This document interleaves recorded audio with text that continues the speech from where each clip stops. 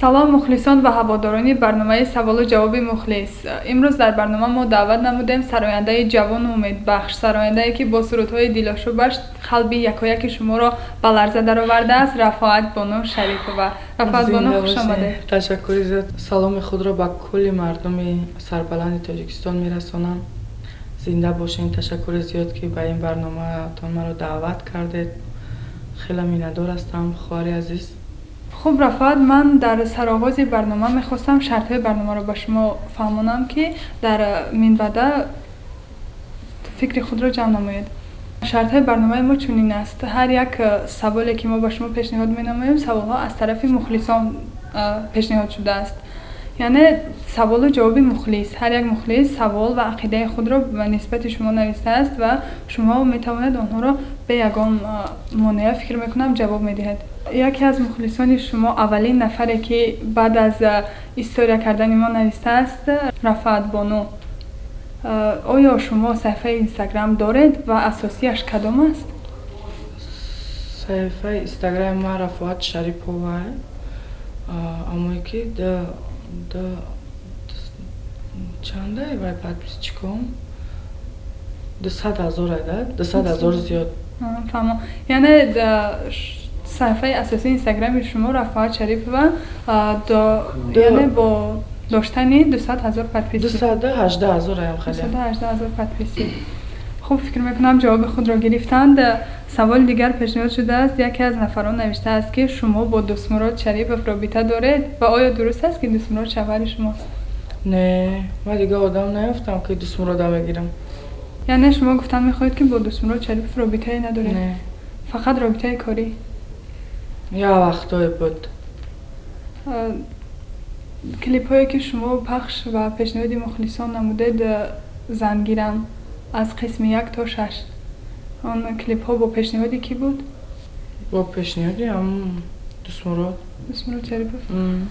خب ما میتوانیم سیر رو فاش کنیم؟ یعنی مقصد یا شاید سیر باشد مخفی باشد یا اینکه حاضر عین حال رابطه های کاری شما با دوستمراد خوب نیست فکر میکنم؟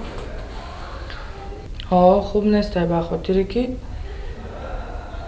من همین راستی گپ خودم عاشقی حافظگی نیستم. من همین کسبی من اساسا چی میگم کسبی که من در زندگی دوست میدارم این رقصه. مرا مجبور میبردن همین راستی گپ برای همین حافظگی. بله ای سببی که در می رقصم پدرم که راضی نبود به همین خاطر اکرای حافظگی را گرفتیم. برای دوستمراد یک چند نفرای در مبین مقصد مرا گفتن که ای چی مقصد کلیپ های ای چی کمی خیلی نمیشه که نامی او را درجه بگیرم. مثلا کدام نفرایی که ما را دعوت کردن برای همین نغمه بازیمون و برای همین کارمون ما را چند مقصد دعوت کردن آدمای بالا که فریاد کردن که خیلی مقصد این صنعت نیست.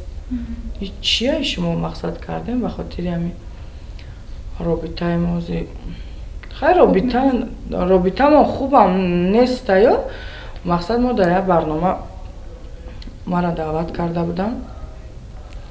اونجا ما با شوخی چیزی گفتم که باید سخت رسیده. باید سخت دیگه نمیدونم کدامی که گرینی یا چه گرینی میگیره در برنامه‌اش نامی مرا ننویسه. در کجای میبینی که همی دعوت چون کردگیان نامی ما در تگی مثال چی میگم برنامه‌اشون ویدیوشون نامی مرا نویسن که مردم بودره اینتریسابت چون کنم. خیلی گرینی چی در نامی مرا مینویسیده؟ نامی مرا ابسولوت نگیده یکون برنامه کدامش که باشه. یعنی از همین سبب دروغکاری ها یعنی رابطه شما با هم. بله. یک نفر دیگر نوشته است که امروز ها بسیاری هنرمندان به دبی سفر کرده ایستادند. شما فکر ندارید یا در نقشه ندارید که به دبی سفر کنید؟ من در دبی هم رفتم اومدم که دیگه دل ما هم را دبی گرفته خیال میکنم فرخار میرم میام.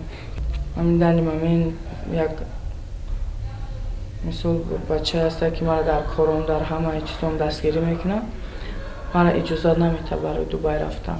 شما گفتید که شما رو اجازه نمیدهند. بله. خب در زندگی رفاقت یا کس پیدا داشته باشه؟ خب نقشه ها چگونه باشه؟ در زندگی من نفرها بسیار بسیار اینه که یک تا ارگینال هست. ارگینال بهترین. خب ما تمنای آن رو داریم که شما با آن همان نفر انتخاب کرده تان خوشبخت شوید. آمین رحمت. نفر دیگر نوشته است که چند ساله هستید رفاقت؟ من 26 ساله. 26 ساله. در نقشه دارید که با یگان هنرمند معروف دویت سرایید؟ راست دیگه ولی فکرش نکردم، فقط همین یک همی ایران آرزو هم بگم میشوه، فقط قد شبنم سرایی تمام. شبنم سرایی. بله. یکی از مخلصان شما بسیار یک سوال جالب به رفعت بانو پیشنهاد نموده است. خوراک پخته میتوانید و کدام نمودها؟ البته که هر یک دختر و بانوی تاجیک باید حتما از عهده خوراک پختن دارد و من هم باوری دارم که رفعت بانو از پختن بسیار نمودی خوراک‌های بالذت میبره. ما همین کار زندگی در می زندگی کار زنکیه و مردکیه، بعضی کارهای مردکی رن از چخل با گابزن میگن که با همون گپاش گو من لبوی کار زنکی را چشما ما پوشیده میکنم. نه دختر قشلاق ما در دهه کلان شدم. هر یک زن باید کاری زنکی چخیل لبوی اوقات فقط اما مخلص ما نمیرم ابو من بگو بیا یه روز خانه ده اوقاتی با مزش کنم چلیکوش همه گذر. بهترین. پس تماشاگران گرامی این را باید دانید که رفعت بانو از عهده پختن همه نمود خوراک‌ها برآمده میتواند و یک روز حتما برای مخلصانش یک آش پلاو بهترین آماده میسازد. گپ نیست. لبوی و رمیه. خوشبختی رو در چی میبینید رفعت بانو؟ در پول. یعنی فقط در پول شما خوشبختی رو میبینید تمام؟ همین پولیت چیزی هست که در نوم خدا صدقه پول نداشته باشی از خانت برآمده نمیتونی. ولی آخرش مگه خوشبختی را خیلی که گپای میدونین بعضی آدم‌ها چی گپا میزنن. همین که پول نباشه خونت که ببرو که پول نباشه شکم تا سیر کده.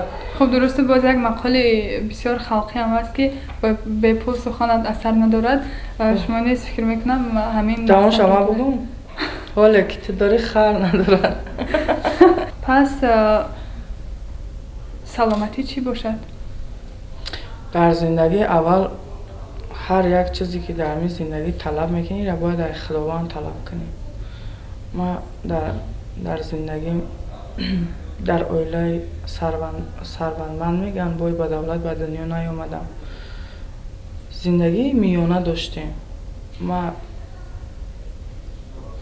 چیزی که طلب کنم اول خداوندم طلب میکنم. مثال در خانه بیبیم کلان شدیم به پدر به مادر نکی به هر یک نعمت‌های دادگی خداوند شکرانه کردن در کره. این سلامتی نباشه نه پول نه چیز نه در کشه فرزند پدر خودت ای خونش بیرون نمیکنه. بله بسیار درست قید کردید. در حالی که اگر پدر و مادر در برای فرزند نباشد فرزند خور میگردد واقعا.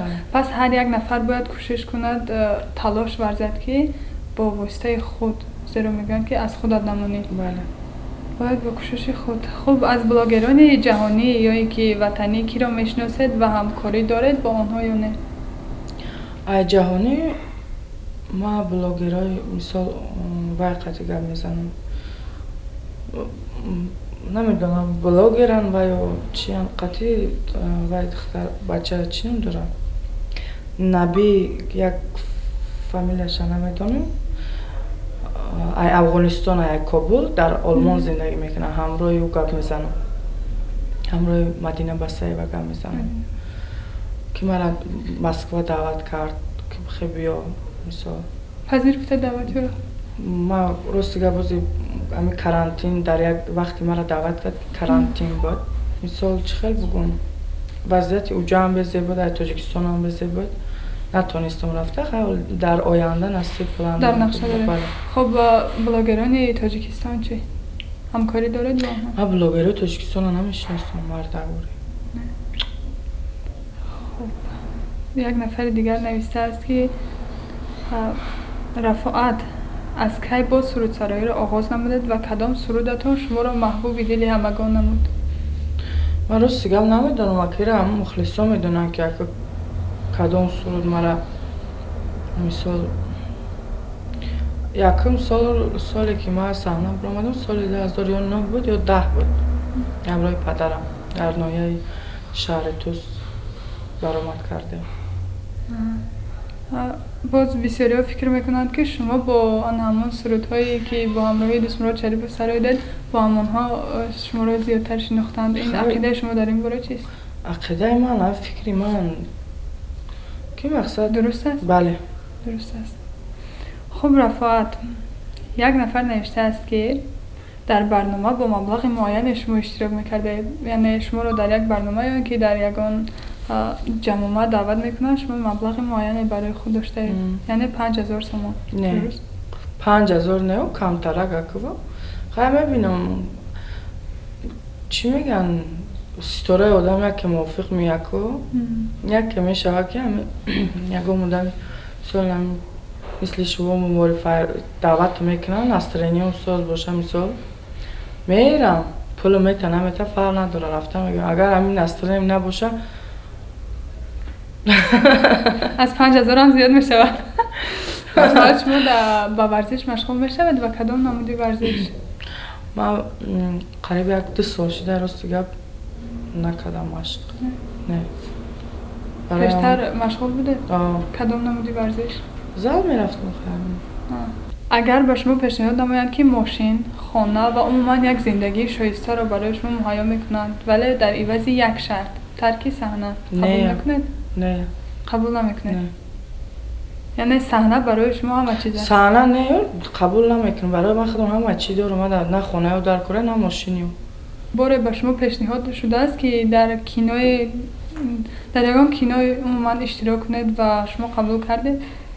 در چند کینو فرادم کردن نرفتم. سبب؟ نمیفورم. یعنی در فیلم نقش‌آوری کردن پیشنهاد است اگر نقش خوب هم باشه؟ نه نقش خوب هم باشه خیلی همه کارم پدنسترینیه. پدنسترینی. یک نفر نوشته است که اگر در توی دعوت کنیم رایگان خدمت میکنه؟ من یک 7-8 ماه شد فقط همین رایگان خدمت کردم. خب تمام. از این پس تماشابینان و دوستداران برنامه مخلص در سامانه اینستاگرام رفاعت بانو پادپیسات کرده لایک ها رو فراموش نکنید و حتما به این کس در دایرکت نویسید که اگر تو یا معرکه داشته باشه رفته معرکه شما رو آباد میکنن. شما در آغاز برنامه گفتید که من سرودسرایی حوثی من نبود آرزوی من نبود نظم میدیدید. خب رقص رو نظم میدیدید. مقصد شما در این بود که با واسطه سرودخوانی با این هنر دوست داشته‌تان یعنی رقص کنی نزدیک شود؟ بله من همین سرودخوانیم در رقص کنیم بسیاره در همه جا. فهمم. بسیاری فکر میکنند که شما بود در کینو کلیپ هایی که بازی نمودید کلیپ ها که در آنجا از زیادتر از سرودسرایی نقش آفری زیادتر بود در کلیپ هایتان. بله.